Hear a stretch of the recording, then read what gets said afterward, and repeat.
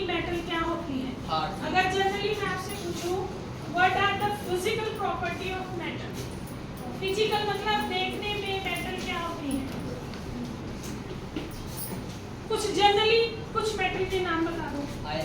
Iron, copper, iron, copper, निकल, zinc, निकल, aluminium, magnesium, बस नाम खत्म हो गया। जो हम ज्वेलरी पहनते किसकी होती है? Gold, silver, etcetera. बहुत सारी हमारी Metal. मेटल है जो हम डेली लाइफ में देखते हैं। तो अगर हम देखें जनरली गोल्ड सबने देखा है, सिल्वर सबने देखा है ना? यस तो गोल्ड का कलर कैसा होता है? येलो, चमकता है ना? तो गोल्ड चमकता है, येलो कलर होता है। और सिल्वर का कैसा होता है? ग्रे। तो यानी कि आप कह सकते हैं कि मेटल के अंदर नेचुरली साइन होते हैं। नेचुरली साइन को हम क्या बोलेंगे? Metal are lustre, metal are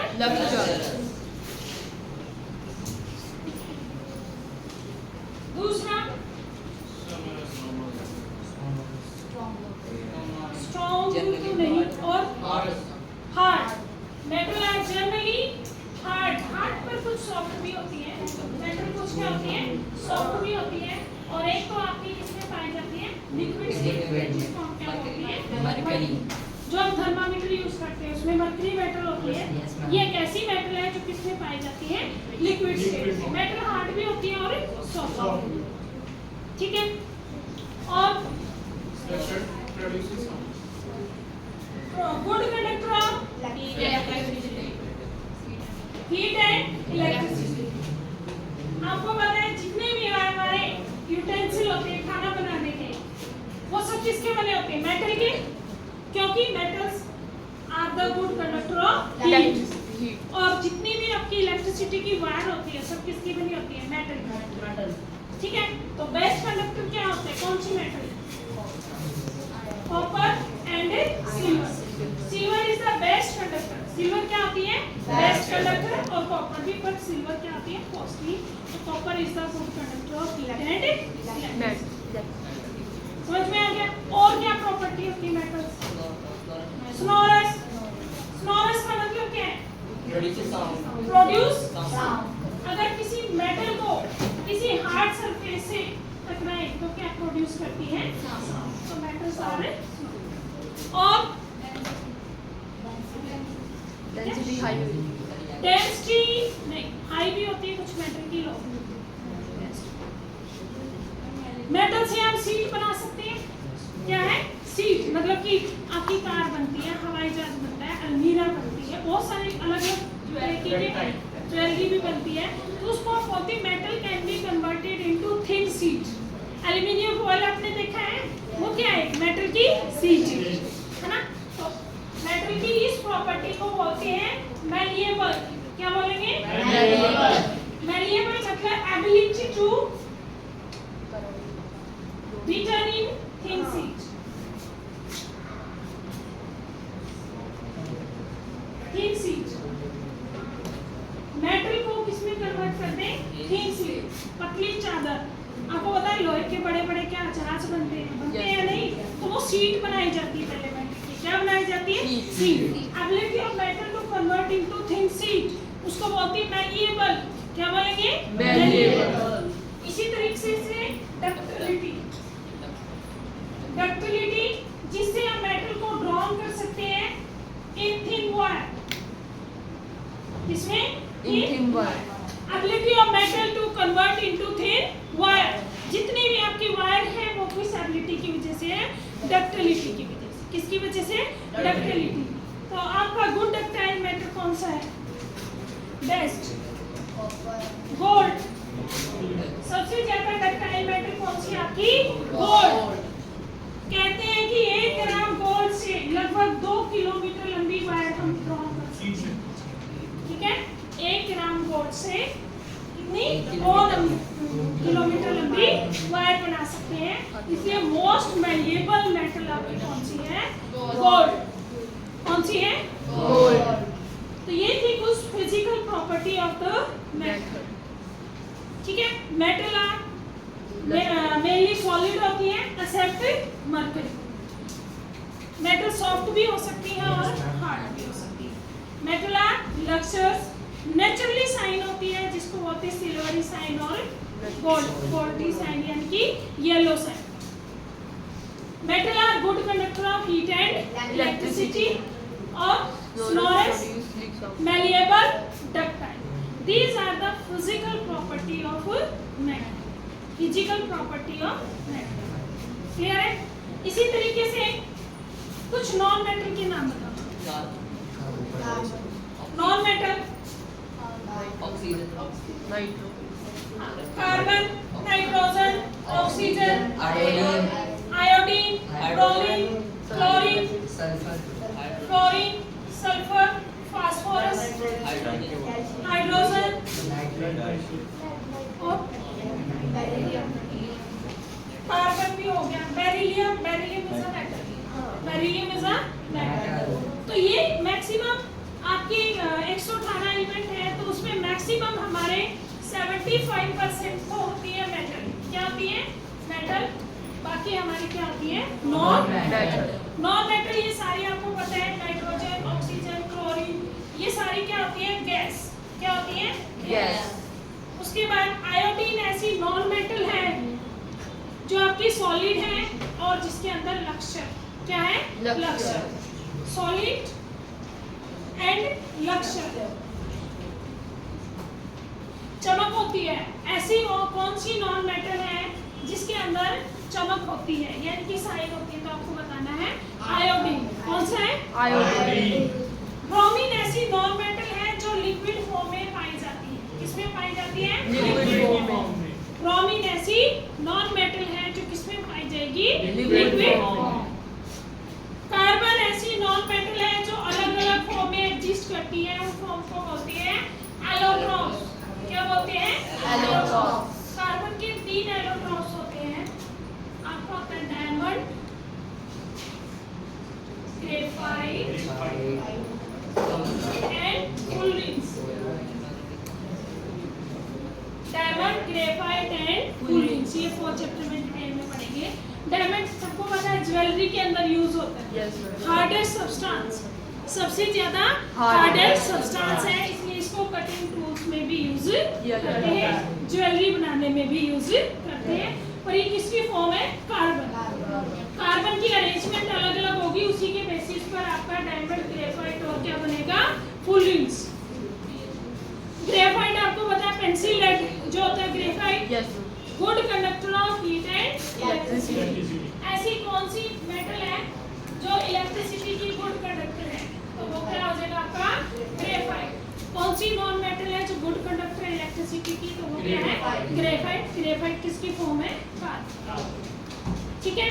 फुलरिंग्स जिसके अंदर C60 मतलब 60 कार्बन आपस में रिंग की तरह जुड़े होते हैं उसको बोलती है फुलरिंग्स। एक साइंटिस्ट था, ये बास्केटबॉल जैसे इसका स्ट्रक्चर होता है, बकमिंस्टर फुलरिंग्स ने इसी खोज की थी, उसी के नाम पर इसका नाम क्या है? फुलरिंग्स। ठीक है। तो ये थी आपकी नॉन मेटल। नॉन मेटल में चमक नहीं होती, लक्ष्य नहीं होती, इस सिर्फ किसको छोड़ के? आयोडीन। किसको छोड़ के? आयोडीन। नॉन मेटल आपकी सॉलिड, लिक्विड और गैस तीनों फॉर्म में एग्जिस्ट करती है। सॉलिड, लिक्विड और gas. Good conductor of electricity. Non metal are bad conductor of electricity except किसको? ग्रेफाइट को छोड़। Sonorous they do not produce sound. अगर इनको बिट किया जाए, बिटन विद द हैमर मतलब थोड़े से पीटा जाए, they break down into pieces. जैसे मान लो कोयला है, कोयले पे हथौड़ा आप मारोगे तो क्या होगा? पीसेस में टूट जाएगा। तो non metal are also break down into pieces when they are beaten with the hard surface. Clear? ये they are not malleable and ductiles और मैलिएबल और डक्टाइल नहीं हो। Bad conductor of heat and electricity. These are the physical property of non-metal.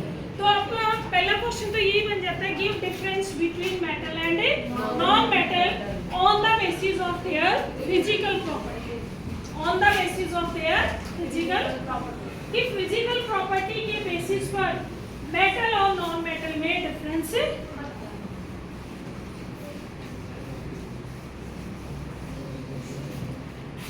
Next है आपका chemical properties of metal.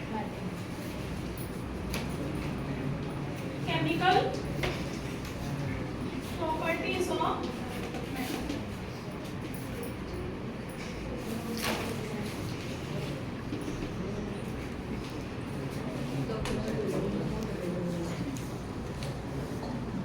Chemical properties का मतलब क्या है कि मेटल ऑक्सीजन से, वाटर से, एसिड से और बेस से कैसे रिएक्ट करेगी, वो कहलाएगी आपकी केमिकल प्रॉपर्टीज। केमिकल प्रॉपर्टीज अगर आपको याद है, हमने फर्स्ट चैप्टर में रिएक्शन पढ़ी थी, magnesium plus oxygen gives magnesium, magnesium plus oxygen gives magnesium. Magnesium क्या है भी आपका मेटल, ऑक्सीजन क्या है गैस, आप कह सकते हो ऑक्सीजन गैस, और ये क्या बन गया मेटल ऑक्साइड। तो हम कह सकते हैं when a metal combine with oxygen it produce metal oxide. क्या प्रोड्यूस करेगी मेटल ऑक्साइड। जनरल रिएक्शन है metal react with oxygen to produce metal oxide. ठीक है, जैसे magnesium react with oxygen gives magnesium oxide. Magnesium oxygen के साथ react करके क्या बनाता है मैग्नीशियम ऑक्साइड। मतलब आपके व्हाइट कलर का पाउडर बनता है जो मैग्नीशियम को बर्न किया जाता है। कई बार क्या होता है मॉइस्चर में इसको मतलब एयर में रखा इस पर कोरोजन भी लग जाता है, वो लेयर बन जाती है ऑक्साइड की, और उसमें आपका वाटर भी होता है। इसी तरीके से कॉपर सॉलिड, अगर कॉपर को ऑक्सीजन की प्रेजेंस में हम जलाएंगे, ये भी आपकी रिएक्शन थी फर्स्ट चैप्टर में ऑक्सीडेशन रिएक्शन, तो क्या बनता है कॉपर ऑक्साइड ब्लैक कलर का, ब्लैक कलर चेंज हो जाता है रिएक्शन में, है ना। इसको आप बैलेंस कर सकते हो। तो यानी कि copper combine with oxygen to produce copper oxide. Metal plus oxygen क्या बनेगा metal oxide. Metal oxide generally आपके बेसिक इन नेचर होते हैं। कैसे होते हैं बेसिक इन नेचर। बट कुछ जो मेटल ऑक्साइड हैं आपके वो एम्फोटेरिक होंगे नेचर में। कैसे होंगे एम्फोटेरिक, यानी वो एसिड की तरह भी बिहेव करेंगे और बेस की तरह। और यहाँ से क्वेश्चन आता है जैसे कि एल्यूमिनियम है, इसको जब ऑक्सीजन मिलती है तो बन जाता है aluminium oxide Al2O3। Aluminium oxide का फॉर्मूला क्या होता है Al2O3। इसको हम बैलेंस कर सकते हैं। एल्यूमिनियम 2 है, 2 लिखो, ऑक्सीजन 3 है, यहाँ पर क्या लिख दो 3। अब ये कितना हो गया 6, यहाँ पर क्या लिख दो 2। एल्यूमिनियम कितना हो गया 4, तो ये बन जाएगी 4Al plus 3O2 gives Al2O3। Very important, aluminium oxide किस टाइप का ऑक्साइड बनाता है, ये होता है आपका नेचर एम्फोटेरिक ऑक्साइड, यानी कि जो एसिडिक भी है नेचर में और बेसिक भी। ये एसिड से भी रिएक्ट करेगा और बेस से भी रिएक्ट करेगा। क्लियर है, इसलिए इसका नेचर क्या है एम्फोटेरिक। इसी तरह जिंक प्लस ऑक्सीजन, ये भी आपका क्या बनाता है जिंक ऑक्साइड। क्या बनाएगा जिंक ऑक्साइड। जिंक ऑक्साइड और एल्यूमिनियम ऑक्साइड दोनों ही कैसे है नेचर में एम्फोटेरिक, और ये पूछा जाता है। ठीक है, एमसीक्यू में पूछ सकते हैं, या पिछली बार 3 नंबर का क्वेश्चन आया था कि मेटल का कौन सा ऐसा ऑक्साइड है जो एम्फोटेरिक इन नेचर है, और उसका नाम बताओ और उसकी रिएक्शन बताओ एसिड और बेस के साथ। तो आपका क्या नाम हो गया Al2O3 एल्यूमिनियम ऑक्साइड। इसके अंदर HCl डाल दो। HCl क्या है हाइड्रोक्लोरिक एसिड। तो क्या बनेगा AlCl3 plus H2O salt plus water. Balance कर सकते हैं। एल्यूमिनियम कितना है 2, यहाँ पर क्या लगा दो 2।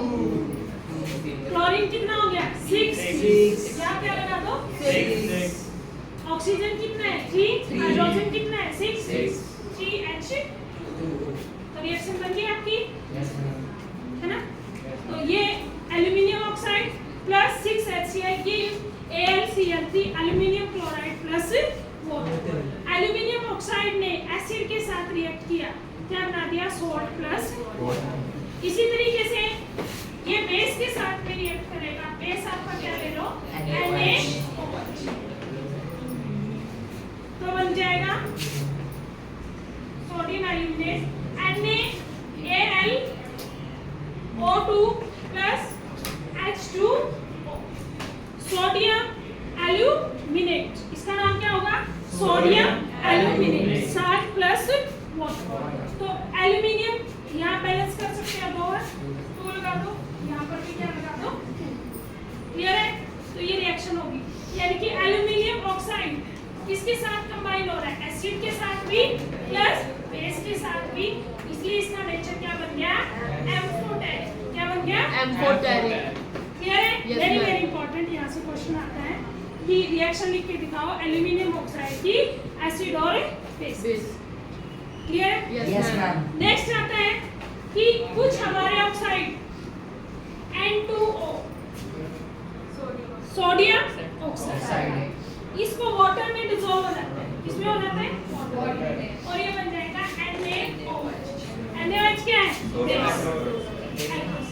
तो ऐसे बेस जो वाटर में डिसॉल्व होते हैं, सेकंड चैप्टर में बताया था, उनको क्या बोलते हैं एल्कलीज। क्या बोलते हैं alkalis. Some base which are dissolved in water is known as alkalis। इसी तरीके से potassium oxide K2O plus water, ये क्या बन जाएगा KOH। AQ का मतलब dissolved in water, ये भी क्या है alkalis। समझ में आ गया। तो कुछ मेटल हैं जो ऑक्सीजन से रिएक्ट करेंगी, क्या बनाएंगी ऑक्साइड। मेटल के oxide generally basic in nature होते हैं, but some oxide are amphoteric in nature. यहाँ तक क्लियर है। बट हमारे पास कुछ मेटल है हाई रिएक्टिविटी सीरीज में, जिसमें आती है आपकी सोडियम एंड पोटेशियम। क्या आती है सोडियम एंड पोटेशियम। सोडियम का फार्मूला क्या है Na, पोटेशियम का क्या है K। ये क्या है रिएक्ट vigorously with ऑक्सीजन, ये ऑक्सीजन से फटाफट रिएक्ट करती है एंड कैचेस द फायर, और क्या कैच कर लेती है आपको कैच कर लेती है। इसीलिए इनको बचाने के लिए, एक्सीडेंटल फायर से प्रिवेंट करने के लिए भी, कोई एक्सीडेंट ना हो, आग ना लगे, they are stored in kerosene oil. किसमें स्टोर करते हैं इनको केरोसिन ऑयल। मान लो सोडियम मेटल है, इसको जिस बोतल में रखते हैं उसके अंदर क्या होता है आपका केरोसिन। क्या होता है केरोसिन, क्योंकि मेटल के चारों तरफ किसकी लेयर बन जाएगी ऑयल की, और ये डायरेक्ट ऑक्सीजन यानी कि एयर के कांटेक्ट में नहीं आएगा, अदरवाइज इसमें क्या लग सकती है आग। तो हाईली रिएक्टिविटी मेटल कौन सी होंगी भी, sodium and potassium, they are stored in kerosene oil. Question examiner कैसे पूछता है कि why sodium and potassium metal are stored in kerosene oil, क्यों स्टोर करते हैं, because sodium and potassium are highly reactive metal, they combine with oxygen and catches the fire. To prevent from accidental fire, they stored in kerosene oil। clear? Yes ma'am। इसके अलावा जो हमारी कुछ metal होती है caesium और gallium, caesium और gallium, ये इतने मतलब सॉफ्ट मेटल होती है, they melt on the palm। अगर इनको हम हथेली पर रखें तो ये क्या करती है, अपनी हथेली पर पिघल जाती है, इनका लो मेल्टिंग पॉइंट होता है, they are so soft. Lithium sodium के बारे में एक और बात है, they are soft in nature. कैसी होती है soft, they can cut with knife, इनको हम चाकू से भी काट सकते हैं। किससे Yes, काट ma'am. सकते हैं? चाकू से। तो Knife. lithium, sodium, potassium are very soft metal. They can cut with the help of Knife. clear है? Yes, ma'am. उसके बाद रिएक्टिविटी अगर आप ऑर्डर में देखें, आयरन, जो आयरन है ये रिएक्ट करता है with oxygen, react with oxygen, पर इसका ऑक्सीजन से रिएक्ट करने का जो रेट है बहुत ही स्लो है। Iron does not burn with oxygen, लोहा ऑक्सीजन से जलता नहीं है, बट जो लोहे का अगर चूरा हो, आयरन स्प्रिंकल्स, Yes. ठीक है, अगर उसको हम आग पर डालते थे बर्न विद रेडिश लाइट, कैसे जलेंगे? Burn रेड कलर की लाइट से जलते हैं। Copper very less reactive with oxygen, copper oxygen से बहुत ही कम रिएक्ट करता है। और gold and silver, Au and Ag very least reactive, least का मतलब बहुत ही कम, इसीलिए ये को बोलते हैं नोबल मेटल। क्या बोलते हैं? Nobel metal. ये बहुत ही कम रिएक्ट करती है, इसीलिए इनकी ज्वेलरी बनती है। इनकी कॉस्ट क्या है? बहुत High. क्योंकि ये रिएक्शन नहीं करेगी ना एसिड से, ना ही बेस से, ना एयर से, ना ही वाटर से, इसलिए किस में आती है? Nobel metal. तो रिएक्टिविटी ऑर्डर समझ आ गया आपका? Yes, कि sir. कौन सी मेटल सबसे ज्यादा, जैसे कि लिथियम और सोडियम पोटेशियम बहुत ही रिएक्टिव है, they store in kerosene oil.